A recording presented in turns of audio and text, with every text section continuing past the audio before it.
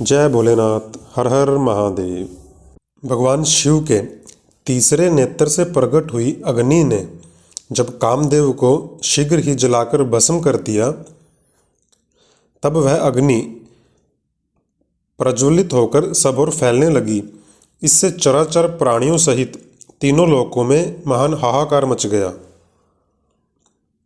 संपूर्ण देवता और ऋषि तुरंत ही ब्रह्मा जी की शरण में गए और उन्होंने अत्यंत व्याकुल होकर मस्तक झुकाकर दोनों हाथ जोड़कर ब्रह्मा जी को प्रणाम किया और अपने दुख का निवेदन किया। ब्रह्मा जी उनकी बात सुनकर तथा सभी के कल्याण के लिए और तीनों लोकों की रक्षा के लिए वहां पहुंचे जहां पर वह अग्नि प्रज्वलित हो रही थी और सभी जगत को जला देने के लिए तैयार थी।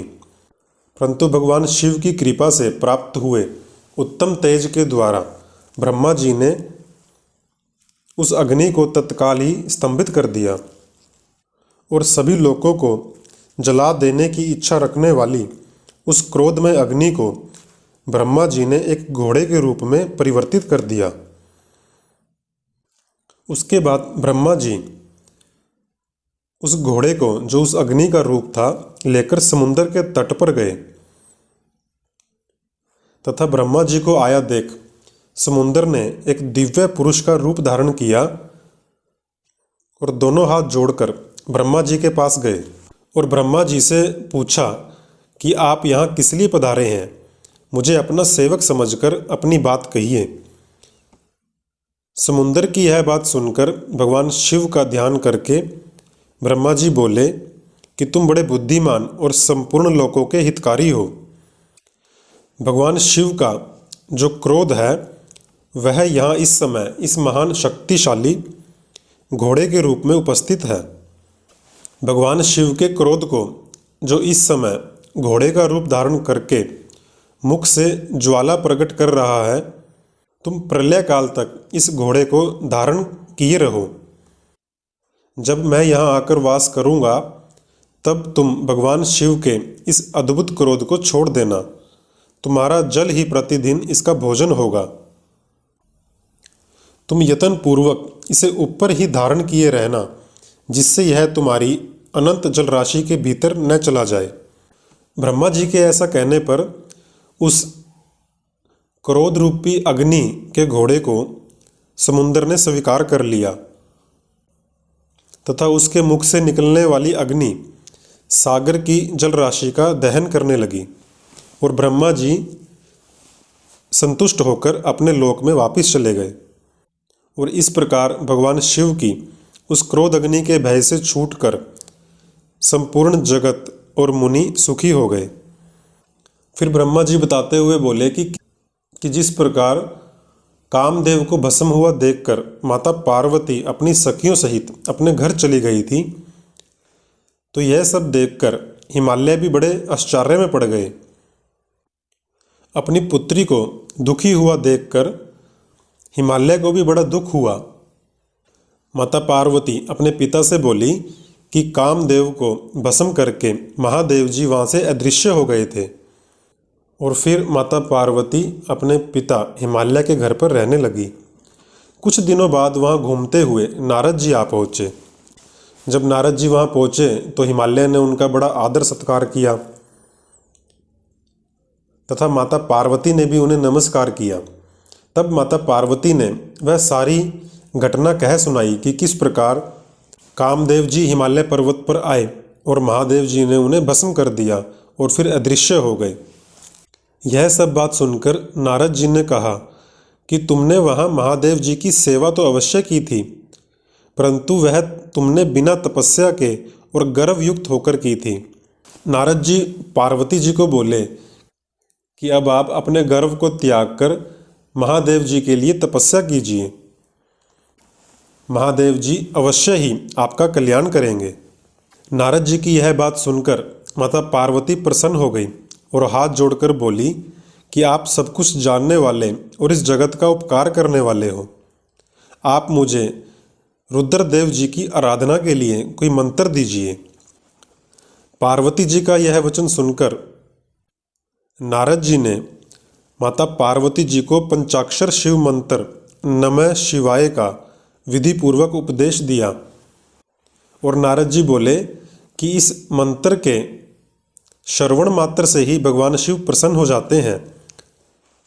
यह मंत्र सभी मंत्रों का राजा और मनोवांछित फल को देने वाला है और भगवान शिव को बहुत ही प्रिय है तथा साधक को भोग और मोक्ष देने वाला है। तुम्हारे इस मंत्र का विधि पूर्वक जप करने से तुम्हारे द्वारा आराधित हुए भगवान शिव अवश्य और शीघ्र ही तुम्हारी आंखों के सामने प्रकट हो जाएंगे। अब तुम इसी तरह तपस्या करो। तपस्या से ही भगवान शिव वश में हो सकते हैं। तपस्या से ही सबको मनोवांछित फल की प्राप्ति होती है।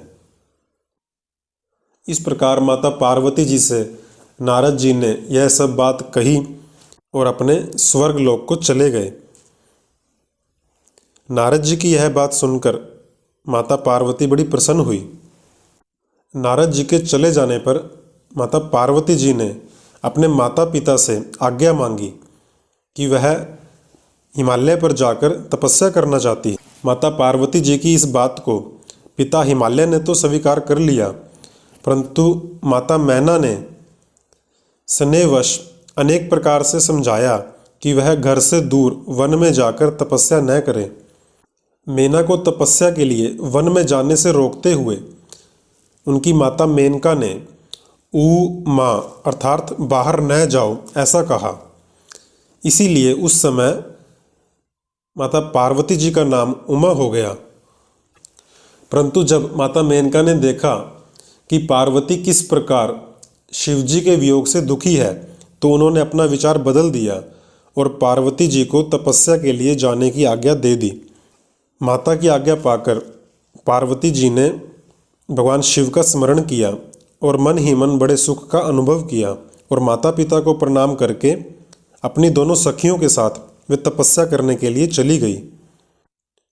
अनेक प्रकार के प्रिय वस्त्रों का परित्याग करके पार्वती जी ने कटी प्रदेश में सुंदर मूंज की मेखला बांध शीघ्र ही वक्कल धारण कर लिया तथा हार श्रृंगार का त्याग कर दिया और मृग चरम को हृदय से लगा लिया। तत्पश्चात वे तपस्या के लिए गंगोत्री तीर्थ की ओर चली गई, जहाँ पर ध्यान लगाते हुए भगवान शिव ने कामदेव जी को भस्म किया था। हिमालय का वह शिखर गंगावतरण के नाम से प्रसिद्ध है। उसी परम उत्तम तीर्थ में पार्वती जी ने तपस्या प्रारंभ की। पार्वती जी के वहाँ तपस्या करने से उस पर्वत का नाम गौरी शिखर हो गया। पार्वती जी ने अपने तपस्या की परीक्षा के लिए वहाँ पर बहुत से सुंदर और पवित्र वृक्ष लगाए जो फल देने वाले थे। माता पार्वती जी ने पहले भूमि शुद्ध करके वहाँ पर एक वेदी का निर्माण किया और उसके बाद ऐसी तपस्या आरंभ की जो मुनियों के लिए भी दुष्कर थी। माता पार्वती गर्मी की ऋतु में भी अपने चारों ओर दिन रात आग जलाकर तपस्या करती तथा वर्षा ऋतु में वेदी पर सुस्थिर बैठकर तपस्या करती और सर्दी की मौसम में बिना कुछ खाए पिए भगवान शिव के भजन में तत्पर हो वे सदा शीतल जल अर्थात ठंडे पानी के भीतर खड़े होकर तपस्या करती और रात भर बर्फ की चट्टानों पर बैठकर तपस्या किया करती थी। और प्रतिदिन अवकाश मिलने पर वे अपनी सखियों के साथ अपने लगाए हुए वृक्षों को प्रसन्नतापूर्वक सींचती अर्थात उनको पानी देती और वहाँ पधारे हुए अतिथियों का भी सत्कार किया करती थी। इस प्रकार माता पार्वती जी ने वहाँ प्रचंड आंधी, कड़ाके की सर्दी, अनेक प्रकार की वर्षा और असहनीय धूप और गर्मी का भी सेवन किया। उनके ऊपर अनेक प्रकार के दुख आए, लेकिन वे मन में शिव को बिठाकर सुस्थिर भाव से वहाँ पर बैठी रही। उनका पहला वर्ष फलाहार में बीता अर्थात उन्होंने केवल फल ही खाए। दूसरे वर्ष में उन्होंने केवल पत्ते चबाए। इस प्रकार तपस्या करती हुई माता पार्वती जी को अनेक वर्ष बीत गए और उसके बाद तो माता पार्वती जी पत्ते भी छोड़कर बिना भोजन के ही तपस्या करने लगी और इस तपस्या में उनका भगवान शिव के प्रति अनुराग बढ़ता ही गया। माता पार्वती जी ने तपस्या के लिए पत्तों का अर्थात पत्तों को संस्कृत में पर्ण कहते हैं, उन्होंने पर्ण का भी त्याग कर दिया, इसीलिए उनका नाम अपर्णा रख दिया गया। इसके बाद माता पार्वती जी ने शिव का स्मरण करते हुए एक पैर पर खड़े होकर पंचाक्षर मंत्र का जप करते हुए तपस्या की। वे मस्तक पर जटाओं का समूह धारण किए रहती थी। इस प्रकार शिव के चिंतन में लगे हुए पार्वती जी ने अपनी तपस्या के द्वारा मुनियों को जीत लिया और उस तपोवन में महादेव जी के लिए तपस्या करते हुए माता पार्वती जी के 3000 वर्ष बीत गए। महादेव जी ने स्वयं उसी स्थान पर 60,000 वर्षों तक तप किया था और वहाँ पर तप करती हुई माता पार्वती जी ने सोचा कि मैं इतने समय से तपस्या कर रही हूँ, क्या महादेव जी इस बात को नहीं जानते? फिर क्या कारण है कि इतने लंबे समय तक तपस्या करने के बाद भी वे मेरे पास नहीं आए? भगवान शिव तो सर्वज्ञ हैं, सब कुछ जानते हैं। इस प्रकार सोचती हुई माता पार्वती जी बहुत लंबे समय तक तपस्या करती रही। उन्होंने ऐसी तपस्या की जो बड़े बड़े मुनियों के लिए भी कठिन थी। माता पार्वती जी का तपस्या का ऐसा प्रभाव था कि जो प्राणी एक दूसरे के विरोधी थे, अर्थात जैसे गायें और शेर एक दूसरे के विरोधी होते हैं, वे भी माता पार्वती जी के पास आकर शांत भाव से बैठे रहते थे और उनकी तपस्या में किसी प्रकार की कोई बाधा नहीं पहुंचाते थे। जहां माता पार्वती जी तपस्या करती थी, वहां के वृक्षों में सदा ही फल लगे रहते थे। जब इस प्रकार बहुत से वर्ष बीत गए और शिवजी प्रकट नहीं हुए, तब उनके पिता और माता हिमालय और मैना ने आकर पार्वती जी को समझाया कि वह इतनी कठिन तपस्या न करे और अपने घर को लौट आए। इन सब की बात सुनकर माता पार्वती जी बोली कि मैंने तो आप सब लोगों को पहले ही भुला दिया है। इस समय जो मेरी प्रतिज्ञा है वह सिर्फ महादेव जी को पाने की है और मैं अपनी तपस्या से उन्हें अवश्य ही संतुष्ट करूंगी। आप सभी लोग अपने अपने घर को जाइए। ऐसा विचार करके माता पार्वती जी पहले से भी उग्र तपस्या करने लगी। माता पार्वती जी को इतनी उग्र तपस्या करते देख सभी देवता संकट में पड़ गए। उन्हें ऐसा लगा कि जो माता पार्वती इतनी उग्र तपस्या कर रही है, वो कहीं भगवान शिव के प्रकट हो जाने पर उनसे स्वर्ग लोक न मांग ले तो हम कहाँ जाएंगे। ऐसा सोचकर वे सभी भगवान श्री विष्णु जी के पास गए और उन्होंने बताया कि किस प्रकार वहाँ पर माता पार्वती कई वर्षों से बहुत कठिन तपस्या कर रही है। तब विष्णु जी ने कहा कि मैंने माता पार्वती के तपस्या का कारण जान लिया है। मैं तुम सब लोगों के साथ शिवजी के समीप चलता हूँ। हम वहाँ जाकर शिवजी से प्रार्थना करेंगे कि वे माता पार्वती जी को दर्शन दें और उनसे विवाह को स्वीकार करें। यह सब सुनकर सभी देवता डर गए, क्योंकि उन्होंने देखा था कि किस प्रकार भगवान शिव ने कामदेव को भस्म कर दिया था। वे सभी डर गए कि कहीं हम भगवान शिव के पास गए तो वे कहीं हमें भी भस्म न कर दें। इस प्रकार उन्होंने विष्णु जी को मना कर दिया कि हम वहाँ नहीं जाएंगे। तब उनकी बात सुनकर विष्णु जी बोले कि भगवान शिव देवताओं के स्वामी तथा उनके भय का नाश करने वाले हैं, वे तुम्हें भस्म नहीं करेंगे। हम सबको भगवान शिव की शरण में चलना चाहिए।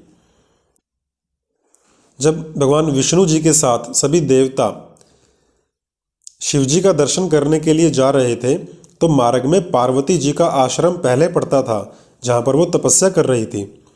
तो इसीलिए सभी देवता पहले पार्वती जी को देखने के लिए उनके आश्रम में गए। उन्होंने वहाँ जाकर तपस्या में लीन बैठी माता पार्वती जी को नमस्कार किया तथा उनकी तपस्या की बड़ी प्रशंसा की। फिर उसके बाद वे सभी भगवान शिव के पास गए। वहाँ पहुंचकर सभी देवताओं ने सबसे पहले नारद जी को भगवान शिव के पास भेजा और वे दूर ही खड़े रहे। उन्हें लगता था कि कहीं भगवान शिव हमसे नाराज ना हो जाएं या हम पर क्रोधित ना हो जाएं। फिर उसके बाद नारद जी और विष्णु जी सभी देवताओं को भगवान शिव के पास ले गए और वहां जाकर सबने शिव जी को प्रणाम किया।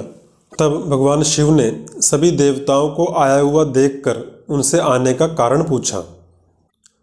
शिव जी के पूछने पर सभी देवताओं ने हाथ जोड़कर बताया कि किस प्रकार तारकासुर ने वर के प्रभाव से सभी देवताओं का जीना दुर्लभ कर रखा है तथा तीनों लोकों पर शासन कर रहा है। फिर देवता अपनी बात आगे बढ़ाते हुए बोले कि आपके और माता पार्वती जी के विवाह से जो पुत्र उत्पन्न होगा वही तारकासुर का वध कर सकता है।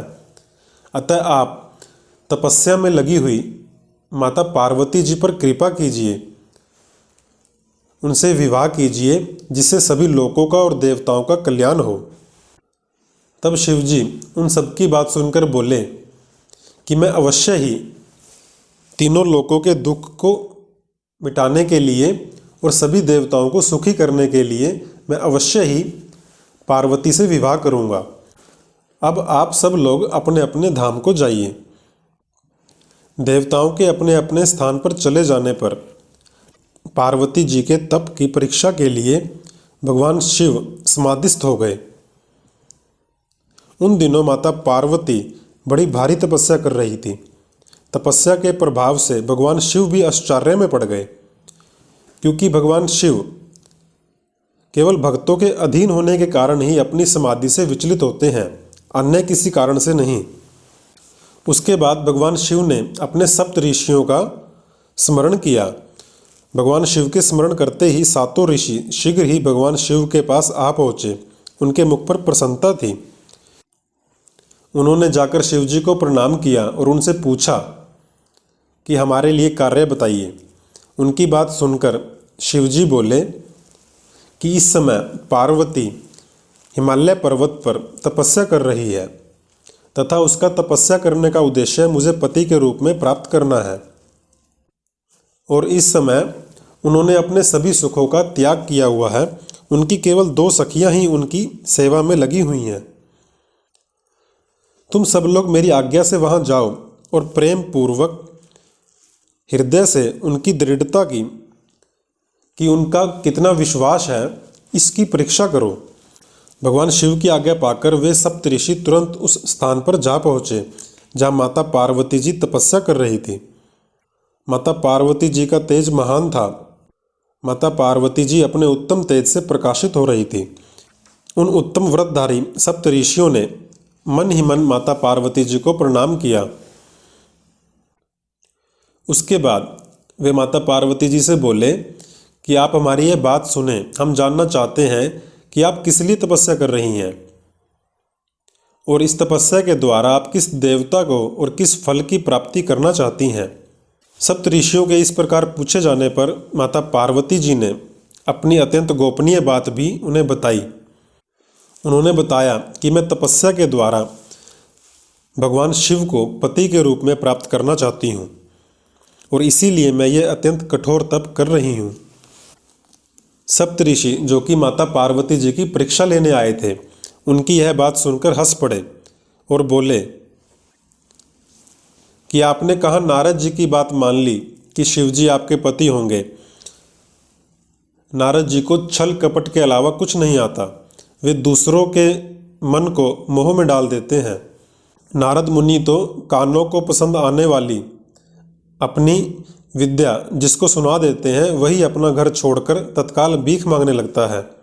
उनका मन साफ नहीं है, वह केवल शरीर से ही उज्जवल दिखाई देते हैं।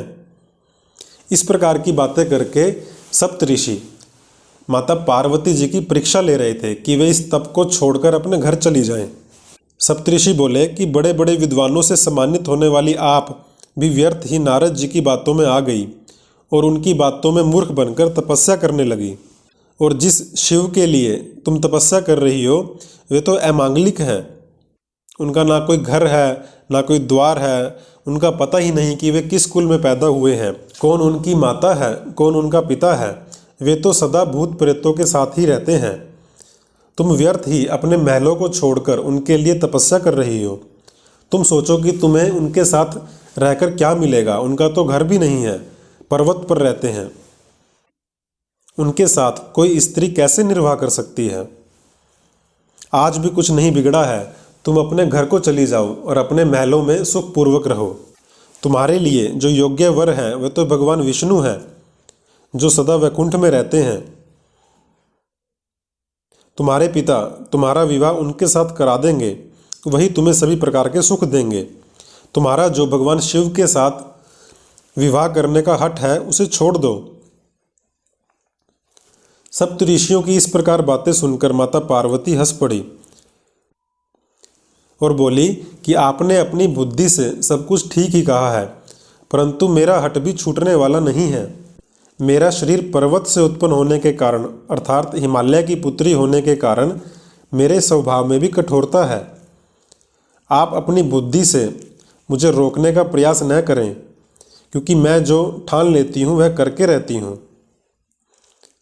मैं शिवजी को पाने की अपनी इच्छा कभी नहीं छोड़ूंगी। वेद वेता भी यह मानते हैं कि गुरुजनों का वचन हितकारक होता है, गुरुओं का वचन सत्य होता है। ऐसा जिनका दृढ़ विचार है उन्हें इस लोक में और परलोक में परम सुख की प्राप्ति होती है, कभी दुख नहीं होता। गुरुओं का वचन सत्य होता है। यह विचार जिसके मन में नहीं है उसे हमेशा दुख ही प्राप्त होता है, सुख कभी नहीं मिलता। उसके बाद माता पार्वती जी बोली कि मैं अपना हठ कभी नहीं छोड़ूंगी। अगर भगवान शिव मेरे साथ विवाह नहीं करेंगे तो मैं सदा कुमारी ही रह जाऊंगी, परंतु दूसरे किसी के साथ विवाह नहीं करूंगी। ऐसा कहकर माता पार्वती जी वापिस अपनी तपस्या में बैठ गई तथा इस प्रकार माता पार्वती जी के उत्तम और दृढ़ निश्चय को जानकर वे सप्तऋषि माता पार्वती जी की जय जयकार करने लगे। उन्होंने माता पार्वती जी को उत्तम आशीर्वाद दिया और शीघ्र ही भगवान शिव के स्थान पर चले गए। उसके बाद उन्होंने वहां जाकर भगवान शिव को सारा वृतांत कह सुनाया और वापिस उनसे आज्ञा लेकर स्वर्ग लोक को चले गए। जय भोलेनाथ, हर हर महादेव।